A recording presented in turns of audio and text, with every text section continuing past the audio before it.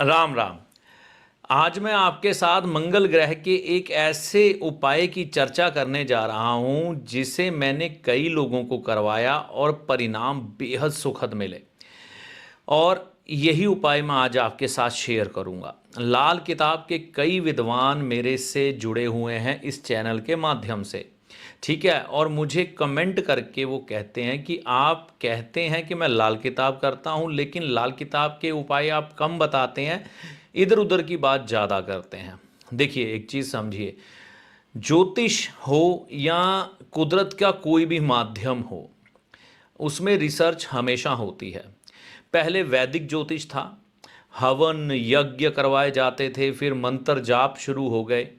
और आज कलयुग के हिसाब से लाल किताब का इस धरती पर आगमन हुआ, तो ज्योतिष का स्वरूप बदला, यानी कि कुछ ना कुछ चेंजेस आए।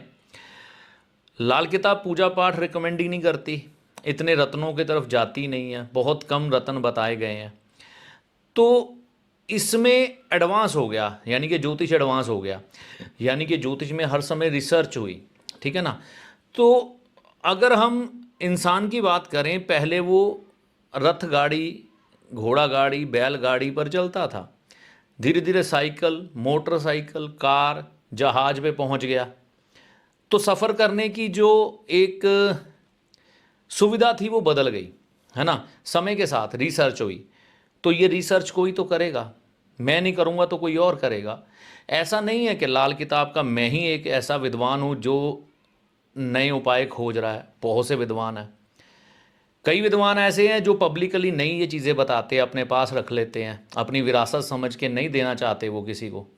लेकिन मेरे गुरुजी ने मुझे चीज़ ही यही सिखाई है कि बांट दो। क्या रखोगे, जहर इकट्ठा करके क्या करोगे तुम, बांट दो। ठीक है। तो मैं आप सभी का भला करने के लिहाज से वो उपाय सभी शेयर कर देता हूं, क्योंकि लाल किताब में रूपचंद जोशी जी ने एक बात कही है, कर भला हो भला अंत भले का भला। सारी किताब लिखने के बाद इतनी 2 लाइनें लिख दी उन्होंने, तो क्या सारी किताब का असर हुआ 2 लाइनों में ख़त्म हो जाता है? कर भला हो भला अंत भले का भला, तो फिर इतनी लाल किताब लिखने की क्या ज़रूरत थी? तो कहने का मतलब, मैं 2 लाइनों पे चलता हूँ, मैंने अपने पास कुछ छुपा के नहीं रखा, सब शेयर कर देता हूँ। और ये जो मुझे रिसर्च है, मैं सुबह रोज़ उठ के रूपचंद जोशी जी से मांगता हूँ, और उनके प्रताप से ही मुझे ये सब चीज़ें प्राप्त होती हैं और अनुभव प्राप्त होते हैं, नए उपाय निकलते हैं। ठीक है ना। तो ये मैं आपके साथ शेयर करता हूँ, बांट देता हूँ। बात ये है, आप बात को कितना समझे हैं। लाल किताब को समझने का एक जो दृष्टिकोण है, और लाल किताब को अगर आप अच्छे तरह से समझ गए ना, तो इस दुनिया से आपकी इच्छाएं खत्म हो जाएंगी। ठीक है ना। तो वैरागी भाव उत्पन्न कर देती है लाल किताब जब इसकी चरम अवस्था आती है। ठीक है ना। जो लोग कहते हैं कि हमें जो लोग कहते हैं कि हमने ईश्वर को प्राप्त करना है, तो ज्योतिष सीखे बगैर तो ईश्वर प्राप्त हो ही नहीं सकता, आप जितना मर्जी जोर लगा लो। ठीक है ना। तो कहने का मतलब, जो उपाय अगर आपको मेरे बताए हुए लाल किताब में नहीं मिलते ना, वो नहीं मिलेंगे। ये मेरी पर्सनल रिसर्च है, और ये गुरुओं के आशीर्वाद से प्राप्त होती है, ऐसे नहीं होती। और लाल किताब के माध्यम से अगर मैं कहूँ, मुझे ऐसा लगता है कि रूपचंद जोशी जी मुझे कुछ ना कुछ प्रसाद के रूप में देते हैं। अगर उन्होंने बिना बिना किसी लालच के दुनिया को बांटा था, तो वो बांटने का काम मैं भी कर रहा हूँ। ठीक है ना। तो मैं छुपाता ही नहीं, मैं बांट देता हूँ। तो उन्हीं के रास्ते पे चल रहा हूँ। आपको समझ नहीं आ रहे, अलग बात है भाई। ठीक है ना। आज नहीं तो कल आएगी। ठीक है ना। तो कई बातें होती हैं, वो जाके 10 20 50 साल बाद समझ आती हैं। होता है, दुनिया का यही नियम है। तो आपको भी आ जाएगी। तो इसमें मैं आपसे क्षमा चाहता हूँ अगर आपको मेरी बात का बुरा लगा हो, या मेरी बातें समझ ना आती हों, लेकिन सही सही है। देखिए, अब जो मैं उपाय की बात करने लगा हूँ, इसको समझिए। ये मंगल बद को ठीक करने का उपाय है। ठीक है ना। मंगल को नेक करने का उपाय है। आजकल बहुत मुश्किल से ऐसा व्यक्ति आपको मिलेगा जिसका मंगल नेक हो। सब मंगल बद लेके बैठे हैं। तो इसके लिए क्या चांदी का टुकड़ा, 3 धातु का छल्ला, या और उपाय काम करेंगे? कुछ इसमें आगे नहीं बढ़ेंगे क्या?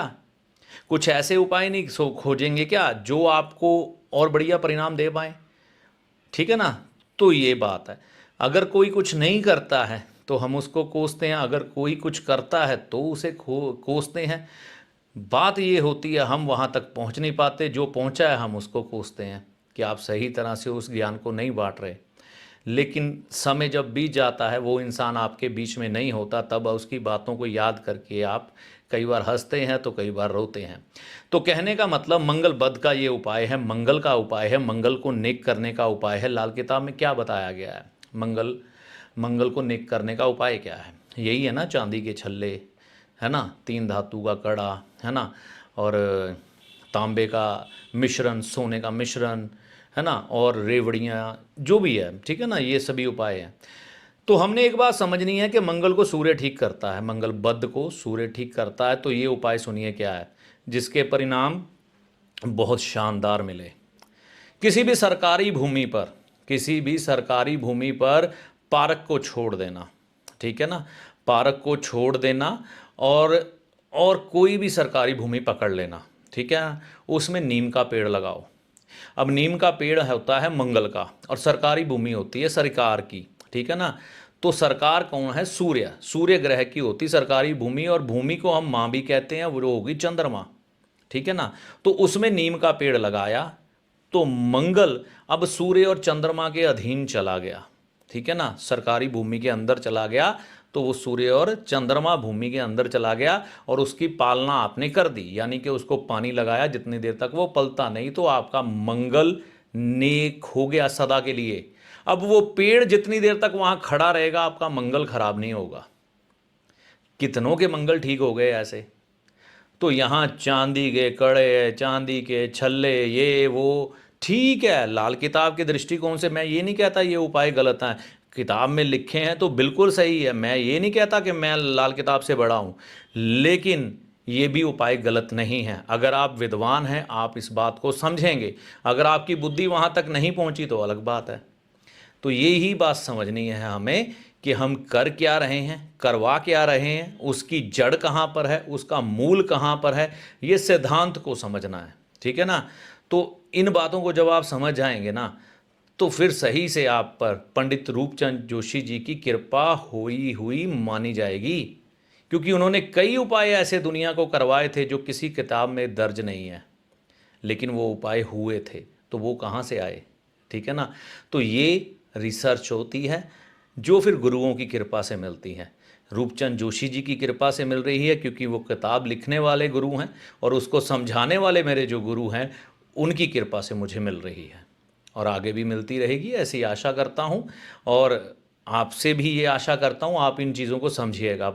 आप पर रूपचंद जोशी जी की कृपा जल्द हो, और आप इन बातों को समझें, और मुझसे बेहतर उपाय खोज के दुनिया के भले के लिए, जैसे रूपचंद जी ने लाल किताब दी, आप भी उपाय बांटें। तो आपको अगर अपने मंगल को ठीक करना है, किसी भी सरकारी संस्थान में सोमवार के दिन या मंगलवार, सोमवार इसलिए चुन रहा हूँ चंद्र बीच में आ जाएगा, ठीक है, आप नीम का पेड़ लगाएं। इसमें और बेहतर करने के लिए उसमें गंगा जल भी मिला सकते हैं, यानी कि जब पहली बार उस नीम के पेड़ को पानी देना, गंगा जल से मिश्रित पानी दें या सीधा ही गंगा जल ही डालें, आपको लाभ होगा। ये करके देखें, ठीक है जी। अगले वीडियो तक के लिए आपको माता रानी की कृपा से ही इस वीडियो में बताए गए उपाय से लाभ होगा। अगले वीडियो तक के लिए जय माता दी।